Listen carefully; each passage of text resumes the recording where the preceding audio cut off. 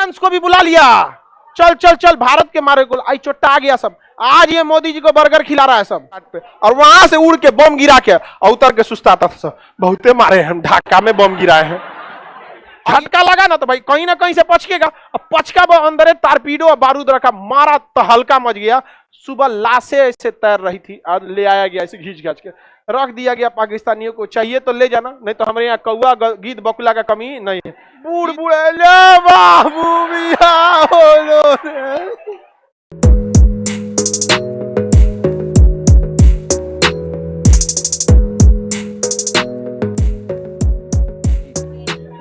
एक पनडुब्बी थी जो पानी के अंदर चलती थी। पनडुब्बी कहां चलती थी? पानी के अंदर। पनडुब्बी हमेशा पानी के अंदर चलते हैं सब, और अंदर अंदर मिसाइल मार देते हैं सब।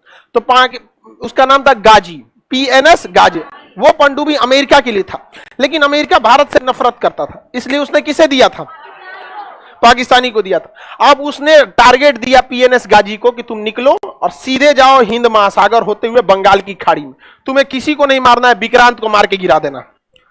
अब देखिए, पनडुब्बियों को साइलेंट किलर कहा जाता है। हिटलर की सबसे बड़ी ताकत पनडुब्बी थी, पानी के नीचे रहती है, पता ही नहीं चलता कब मार के चल जाए। अब भारत को टेंशन हो गया, इससे जुड़ा भी तो मार के गिरा देगा, अब बहुत खतरनाक था। लेकिन इन चोट्टों ने जो बात किया, यहां से जैसे वो केरल को क्रॉस किए थे, तो उन्होंने इनका एक तो रेडियो सिग्नल हमारे इंजीनियरों ने ट्रैक कर लिया। उस पर उन्होंने एक लुब्रिकेंट मांग रहे थे, जो लुब्रिकेंट जो होता है लिक्विड, वो केवल पनडुब्बी में प्रयोग होता है। तो भारत को पहले ही पता चल गया कि PNS गाजी निकल चुकी है। अब मेन खतरा था विक्रांत को बचाना, क्योंकि अगर विक्रांत डूब जाता तो पूरी सेना का मनोबल डूब जाता, क्योंकि इस पूरी सेना का सबसे बड़ा हथियार था INS विक्रांत। इतना बड़ा था कि इसके ऊपर जो पानी वाली जहाज थी और इसके ऊपर एयरपोर्ट बनाया गया था, उस पर एयरफोर्स के जहाज उतरते थे, और उन जहाजों को ये क्या करता था, घाटे लगा देता था ले जाके घाट पे, बांग्लादेश के घाट पे, और वहां से उड़ के बम गिरा के और उतर के सुस्ताता था सब, बहुते मारे हम ढाका में बम गिराए हैं। ये इतना बड़ा था कि ना इसके पास खाने की कमी थी, ना राशन की कमी थी, ना आराम करने के लिए कोई दिक्कत था, ना ही इसके पास कोई भी डीजल पेट्रोल की कमी थी। इतना बड़ा था ही, यहाँ पे यहां से भीगना पहाड़ी तक था, उतना बड़ा, यहाँ पे 200 मीटर इतना लंबा था, यहाँ पर बहुत ज्यादा था। अब बताइए, ये अब दिक्कत था, यहाँ पे इसको गिरा था। अब PNS गाजी के पास क्षमता थी, वो डुबा देता विक्रांत को, विक्रांत नहीं बच पाता, क्योंकि वो अमेरिका का सबसे खतरनाक पनडुब्बी थी। अब भारत सरकार को डर हो गया, तो इसको क्या किया गया ना, विक्रांत को छुपा दिया गया। कहां छुपाया गया किसी को नहीं पता, बस हम आपको इंटरनल बताते हैं कि अंडमान निकोबार में था, बट हम वो नहीं बता सकते आपको कि अंडमान में कहां था, क्योंकि सबके लिए जिम्मेदारी होती है। जैसे आप किसी चीज को जानते हैं, तो आप जानते हैं तो बहुत सारे लोग आपकी बातों को ध्यान नहीं देंगे, ना ही आप बातों को उतना पहुंचा सकते हैं। लेकिन हम अगर बोल देंगे तो बात पहुंच सकता है, और आगे जाके दिक्कत हो जाएगा कहीं ना कहीं। तो उतना ही जानिए जितना बार आपका काम है, क्योंकि देश के प्रति हमारी भी जिम्मेदारी है। और हमको भले हम फौज में नहीं जा सके, लेकिन जिम्मेदारी, एटिकेट्स आज भी पूरी तरह एक फौजी वाला है। वो अलग बात था कि हमारा मेडिकल में हाथ टेढ़ा है, नहीं तो आज हम भी उसी में गए रहते, और आप लोग को एक और कहानी सुनने को मिलता कि एक और युद्ध हुआ था। हम लोग वेट करने वाले नहीं थे, लोग मार के निकलो यहाँ पर। तो कहां छुपा दिया गया? अंडमान निकोबार में। कहां छुपा गया? अंडमान निकोबार। और क्या किया जाए, तो इस PNS गाजी को मारने के लिए डेप्थ चार्जरों की जरूरत थी। डेप्थ चार्जर एक ऐसा बम होता है जो ड्रम बराबर होता है, बहुत भारी होता है, और नीचे जाकर ब्लास्ट करता है, और ब्लास्ट करता है तो इतना तेज पानी का झटका मारता है कि पनडुब्बी अंदर से पचक जाती है। समझा? जैसे पानी का झटका मारेगा इसे यहाँ पर, तो पनडुब्बी क्या होगी, पनडुब्बी की दीवारें ज्यादा मोटा तो बना नहीं सकते, भारी होकर धंस जाएगा, लोहे की होती है, ज्यादा मोटा जैसे दबेगा, अंदर का कुछ इंस्ट्रूमेंट दबेगा, वायरिंग अलग होगा, कुछ ना कुछ ब्लास्ट कर जाएगा। अब हवाई जहाज है, हवाई जहाज अगर दब जाएगा तनी से, तो गिरना उनको फिक्स है, नहीं समझ में। अब वो डेप्थ चार्जर जो था, वो था केवल INS राजपूत के पास, और INS राजपूत का इंजन खराब था। वो सर्विसिंग के लिए आया था विशाखापट्टनम में। कहां था? विशाखापट्टनम। युद्ध दिमाग से जीता जाता है। तो नौसेना के अधिकारियों ने कहा कि एक काम करो, हल्ला कर दो ना कि INS विक्रांत विशाखापट्टनम आया है, ताकि PNS गाजी खोजते खोजते उसको कहां आएगा? विशाखापट्टनम। अब विशाखापट्टनम में उनके अब्बा इंतजार कर रहे हैं, INS राजपूत। तो अब हल्ला कैसे किया जाए? हल्ला ऐसा करना है, झूठ ऐसा बोलो कि सच लगे। तो क्या किया गया, INS विक्रांत पर जितने सैनिक तैनात थे उस समय 2500 फौजी थे, उन सबके घर पे मैसेज भेजा गया कि INS विक्रांत जो है विशाखापट्टनम आ रहा है। आईएनएस विक्रांत कहाँ रहा है? विशाखापट्टनम। जिनको जिनको अपनी फैमिली से मिलना है मिल लो, और सब लोग आगे लोग विशाखापट्टनम में हमारा मिलना, हमारा बबुआ पे कैप्टन हो लो, कोनो करे हमारा बाबू पे खाना बनाता है। सबका अलग अलग उस पर डिपार्टमेंट होता है, कोई खाना बनाने वाला है, कोई सेलर है, कोई रडार मेंटेनेंस है, कोई डीजल मेंटेनेंस, सब आ गए लोग यहाँ पे। विशाखापट्टनम में हल्ला हो गया यहाँ पर, और विशाखापट्टनम की सब्जी मंडी में ऑर्डर दिया गया कि हमको 6 महीने का सब्जी चाहिए, 2000 किलो आलू, 10,000 अंडा चाहिए, बॉयल अंडा चाहिए होता है ना, एनर्जी। देखिए नॉनवेज में एक खासियत होती है कि आपको इंस्टेंट एनर्जी दे देता है। नॉनवेज जो होता है ना, अंडा मीट मांस, आपको इंस्टेंट एनर्जी दे देता है। और युद्ध लड़ने के लिए ये सब चीजों को थोड़ा सा जान, और वैसे भी कहा जाता है ये राक्षसी भोजन है, तो मार करने के लिए राक्षसी ये ना चाहिए। नहीं समझ में आए? सात्विक भोजन करके मार करिएगा, सात्विक भोजन करके आप पढ़ाई लिखाई कीजिए। मार करना है तो कौन सा भोजन? अब जब अंडा का इतना डिमांड हुआ, मीट का इतना डिमांड हुआ, चावल का डिमांड हो गया, पूरा मंडी में हड़कम मच गया। सारा दुकानदार खोज रहा है, अरे हमारा 10,000 अंडा का ऑर्डर आया है, 21,000 है, तुम्हारे पास है? कोई पूछे क्या होगा क्या होगा, अरे विक्रांत आ रहा है, विक्रांत आ रहा है। अब पाकिस्तानी जासूस घूम रहे थे सब विशाखापट्टनम में, उस सब तुरंत पाकिस्तान फोन किया, सर एक तगड़ा न्यूज है, विक्रांत आ रहा है। तेरा विक्रांत आ रहा है, कोई विक्रांत नहीं आ रहा था यहाँ पे।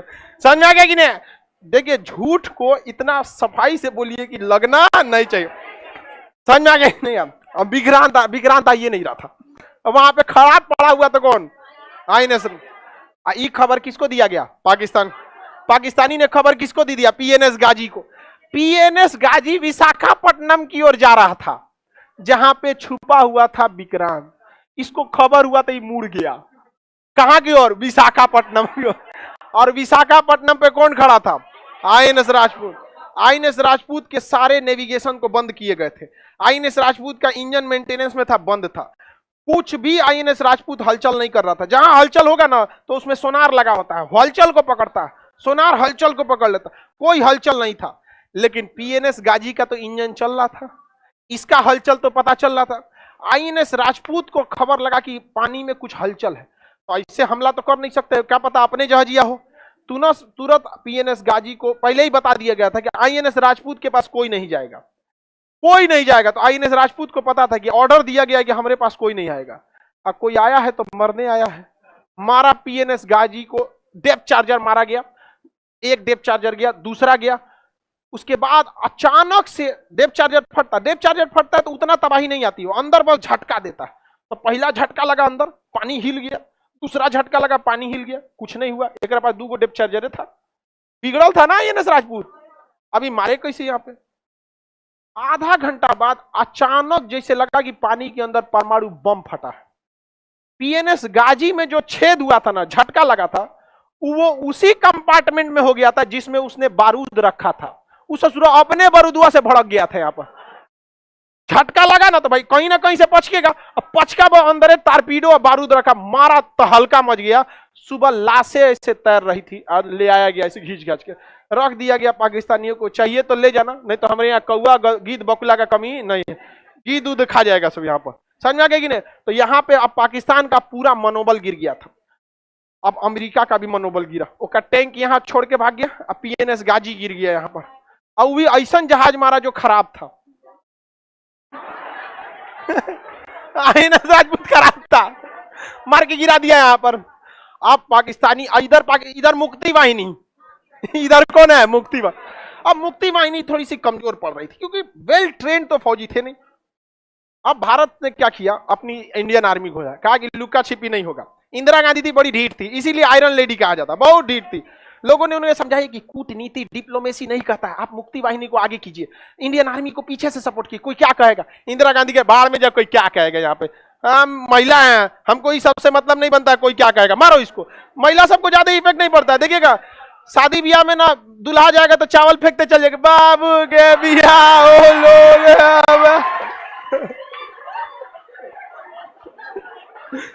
कोई फर्क नहीं पड़ता उसको, कोई कुछ चुका है, हमको क्या मतलब है। अच्छा बता, आप अपने पिताजी से कहिएगा या चाचा जी से कि बियाह हो रहा है, आप चावल फेंकते जाइए, थमा देगा लोटा आपको, फेंक तो बियाह हो लो निकल। लेकिन महिला सबको, उसे सबको बस अपना टारगेट दिखता है, बबुआ का बियाह हो रहा है, मेरा राग अच्छा है या नहीं है, कोई क्या बूढ़ बूढ़े ले बाबू बियाह हो लो। हम तो समझने की कोशिश करते हैं कि आखिर ये बूढ़ी माता गा क्या रही है। समझ में नहीं आता है क्या गा रही है। हा? आप लोग को समझ में आता है? समझे में नहीं आता, लेकिन उनको बिलीव होता है कि एकदम लता मंगेशकर है वो। आप लोग को भी समझ में नहीं आता? तू लोग भी बूढ़ा होगी तो ऐसे ही करेगी लोग। तो इंदिरा गांधी कही गए लोग क्या कहेंगे क्या नहीं कहेंगे, मुक्ति वाहिनी लो, इंडियन आर्मी को तुरंत आदेश दी। मानेकशा से कहेंगे अब लड़िएगा ना, अरे हम पीछे कब हटे थे। मानेकशा कहेंगे एकदम एक नंबर, घुसा दिया इंडियन आर्मी अंदर। इंडियन आर्मी जो तहलका मचाई जिसका कोई हद नहीं। लेकिन इंडियन आर्मी का मेन मकसद बांग्लादेश को स्वतंत्र कराना था। जो यहाँ पे यहाँ के जो राज्यपाल थे, क्योंकि शेख मुजीबुर रहमान को तो गिरफ्तार कर लिया गया, तो राज्यपाल शासन लग जाता। राज्यपाल जो घर में थे, तो इंडियन आर्मी उनको नाश्ता करने के बहाने बाहर बुलाई और घरवा पे बम गिरा दी और उनको समझाई कि देखिए आपको बाहर निकाल के बम गिरा है। आज जोड़ लिया भाई हमें छोटे।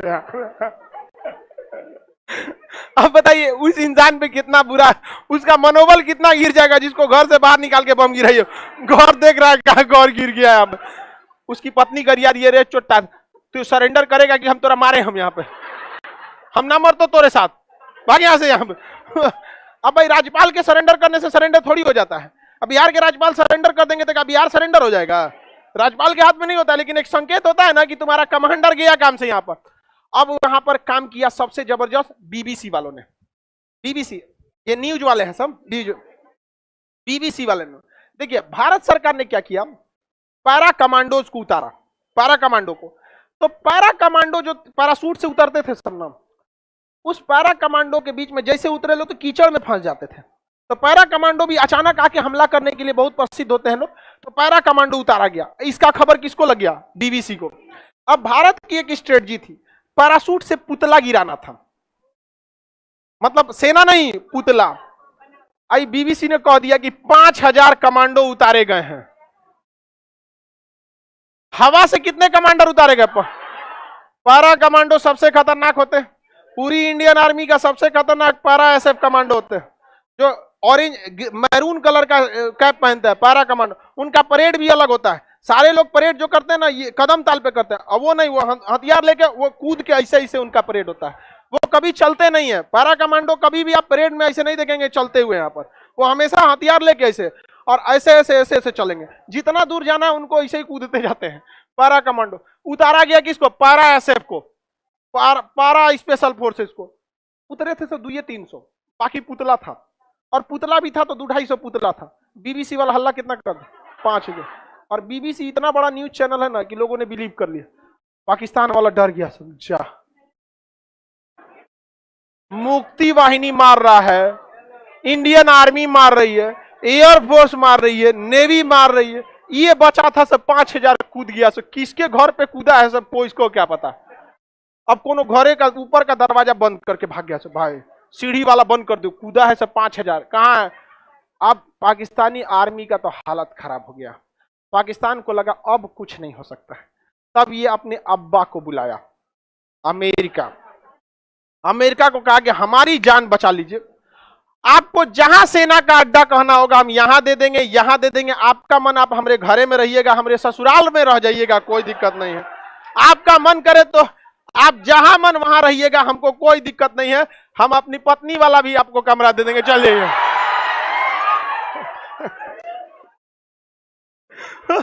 अमेरिका चल आया हमला करने। भाई इन सब के पास इज्जत नाम की तो कोई चीज नहीं है। अरे तुमसे लड़ रहे हो, बहादुरी से लड़ो। यहाँ पर हमारे मेजर चांदपुरी को आदेश आया था कि नहीं पीछे हटने के लिए, हटे थे क्या? वो इन चोटों के पास पूरी हार गए थे। कहा हम आपको अड्डा देंगे, सेना का अड्डा, आपको जहां ना रहिए। यहाँ पर अमेरिका को तो पुराना दुश्मनी था भारत से, उसको याद आया था हम्बन टोटा से उसको किसने लतियाया था? भारत। सारा खेल किसका रचा था? अब अमेरिका चल दिया यहां से पेड़ा लेकर अपना युद्ध करने के लिए। कहां से चला था? अमेरिका अपने यहां से चल गया। अमेरिका को बुलाया कौन? कहा कि बांग्लादेश को बचा लीजिए। तो पाकिस्तान अमेरिका यहां से चल दिया अपना बड़का जहाज लेकर, 7वां बेड़ा। कौन सा बेड़ा? हम लोग का जो आईएनएस विक्रांत था ना, उससे डबल बड़ा ये था सातवां बेड़ा। इतना बड़ा जहाज था कि इसके ऊपर 40 ठो उड़ने वाले जहाज आते थे। इसके में परमाणु बम था, परमाणु बम लगा हुआ था। किसमें? सातवां बेड़ा में। और इसके साथ पनडुब्बी, डिस्ट्रॉयर, फ्रिगेट, मतलब ये जब चला था तो अपने साथ 30 से 35 पानी वाली जहाजों को लेके चला था। ये अकेले चलता ही नहीं था, इतना खतरनाक चल दिया सातवां बेड़ा लेके यहां पर। अब भारत का हालत खराब, ये अकेले युद्ध का गेम पलट देता। पूरे इराक को ये अकेले हरा दिया था सातवां बेड़ा, अकेला गेम पलट देता इसका परमाणु बम से लेकर। और दूसरा एक बात और होता है ना, देखिए गांव का बहुत बड़ा दबंग आदमी आपको एक तमाचा मारेगा ना तो आप बस कंप्रोमाइज करिएगा, आप पलट के उसको नहीं मारते हैं। और ये सबसे बड़ी गलती हो जाती है। पलट के मजबूत इंसान को कभी नहीं मारना चाहिए। अब मारना चाहिए तो एक बार में उठना नहीं चाहिए, वो एक बार में अगर उठना नहीं चाहिए उसको, कभी भी नहीं, कितना भी बड़ा रहे यहाँ पे एक बार में उठना नहीं चाहिए। कहियो कुछ मार दो ससुरात, लेकिन एक बार में। भारत ने कहा कि कुछ भी हो जाए सातवां बेड़ा आओ, मानते हैं कि नहीं लड़ पाएंगे तुमसे क्योंकि हमारे पास उस समय टेक्नोलॉजी नहीं, मारेंगे तो तुमको हम पक्का। ये चोट्टा अमेरिका ब्रिटेन को भी बुला लिया, चल चल चल मारे के हो लोग, चल चल चल चल। फ्रांस को भी बुला लिया, चल चल चल भारत के मारे को। आई चोट्टा आ गया सब। आज ये मोदी जी को बर्गर खिला रहा है सब, समझ में आ गया कि नहीं? पिज्जा खिलाता है सब, लेकिन ये चोट्टे मारने आए थे सब हम लोग को। इतिहास कोई भूल जाए, हम ना भूलने वाले हैं, कभी नहीं भूलना चाहिए इतिहास। ये हम मानते हैं कि हम लोग भी लिट्टे का मतलब हुआ था, युद्ध में सब कुछ दिया जाता, लेकिन अमेरिका भी शरीफ नहीं है। युद्ध में कोई अंतरराष्ट्रीय रिलेशन में हम लोग को देश देखना है, शराफत नहीं, समझ में आ गया ना? सब आया था सब मिल के मारने। इंदिरा गांधी का तो हालत खराब हो गया। इन्होंने कहा रसिया को, याद है कुछ? गइलो हमारा हालत खराब, ये सब लेके आई। चोट्टा बहुत कमीना होता है सब। पहले अमेरिका आएगा, फिर ब्रिटेन आएगा, फिर फ्रांस आएगा, उसके 29 देश आ जाएंगे सब नाटो सेना लेकर। अब बताइए 29 देशों से एक आदमी अकेले लड़ पाएगा? वो भी भारत जैसा उस समय 1971 में विकासशील देश, हमारे पास कुछ भी नहीं था उस समय, फैक्ट्री तक बढ़िया से नहीं थे। रूस ने कहा कोई दिक्कत नहीं, टेंशन न, हम भी भेजते। इसने भेज दिया अपना 40वां बेड़ा। 40वां बेड़ा आके हिंद महासागर में लग गया। 40वां बेड़ा के साथ जितने भी पनडुब्बियां थी, इसने उस समय 8-9 गो पनडुब्बी भेजा था, और हर पनडुब्बी में परमाणु हथियार थे सर। पनडुब्बी को रूस ने जानबूझ के पानी के ऊपर ले आ दिया कि देखो यहाँ पे, चारों ओर से सजा दिया, जहाज वहाज सब सजा दिया यहाँ पर। और विक्रांत को कहा कि निकलो अब तुम, कहां से? अंडमान निकोबार, मारो इसको धा के। अब भारतीय सेना पूरा समझ जाइए कि सुपर ओवर खेलने के लिए तैयार थी। इंडियन आर्मी चारों ओर से घेर ली, एयरफोर्स चारों ओर से घेर ली, नेवी घेर ली। इसने कहा कि हम गारंटी लेते हैं कि चोट्टा में से एक वो अंदर नहीं आएगा, बाकी तुमको धोना है तो धो दो। इंदिरा गांधी मानेकशा से कहीं सुन रहे हैं ना? मानेकशा कहा कि आपको सुनाने की जरूरत नहीं, काम चालू है, वर्क ऑन प्रोग्रेस। इतना मार मारा गया बांग्लादेशियों को जिसका कोई हद नहीं। और यहां आके खड़ा हो गया कौन सा? 40वां। अमेरिका यहां पहुंच गया, इसका बेड़ा 7वां बेड़ा। इस सोचा इधर से निकले तो इधर आ जा रहा था, सोचा इधर से निकले तो इधर आ जा, नहीं अझुराने का तरीका। आओ तो ना देख लेते, चल तो तनी नहीं गांव में तो जो तो हमारी खेत में तनी जेबी यहाँ आओ तो देखते हैं। अब इसके ऊपर मिसाइलें तैनात थी, ऑटो एयर डिफेंस की मिसाइल। इसके पास जो एयर डिफेंस S-400 अभी भी कितना तगड़ा, कोई आता है S-400 के आगे? कोई नहीं। इसने अपने एयर डिफेंस को एक्टिवेट कर दिया, और वो एयर डिफेंस इतना खतरनाक था कि 400 किलोमीटर के दायरे में कोई भी आएगा ना तो जहाज के कैप्टन को वार्निंग दे देगा कि आ गए हैं एक आदमी नाश्ता के लिए। 400 किलोमीटर दूर पहले कैप्टन को बता देगा कि खाना पीना छोड़ो लग जाओ। और अगर 300 किलोमीटर तक आ गया तो पूरे जहाज पे वो वार्निंग बजा देगा, पूरा सायरन बजा देगा कि आ गया है कोई 300 किलोमीटर दूर है। 200 किलोमीटर पे रहेगा तो सीधा खबर भेज देगा मॉस्को कि चोट्टा कुछ नहीं किया है अभी तक, हम उसको 400 किलोमीटर से वार्निंग दे रहे हैं, अभी तक क्या नहीं किया यहाँ पे। और 100 किलोमीटर के दायरे में आएंगे तो कहेगा भाड़ में जाओ, मार देते हैं खुद।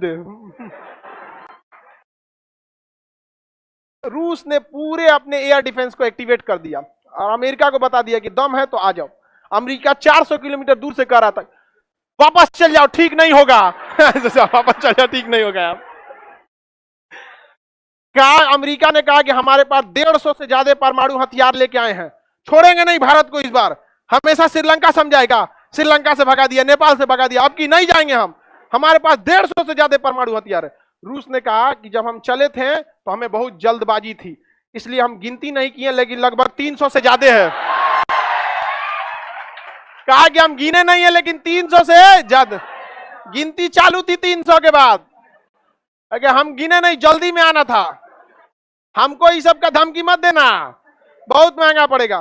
तो इंग्लैंड कहा था, sorry we are late, we should return, you should return और you must have to return, तुम्हें लौटना ही होगा। चल गया ब्रिटेन, चल गया। यहां पे ब्रिटेन को एहसास हो गया था कि 1857 नहीं है, देश आजाद हो चुका। और आपको जानकर ताज्जुब होगा, जूता भिगा के मारना किसे कहा जाता है? ये आईएनएस विक्रांत जो था ना, ये ब्रिटेन से खरीदे थे लोग।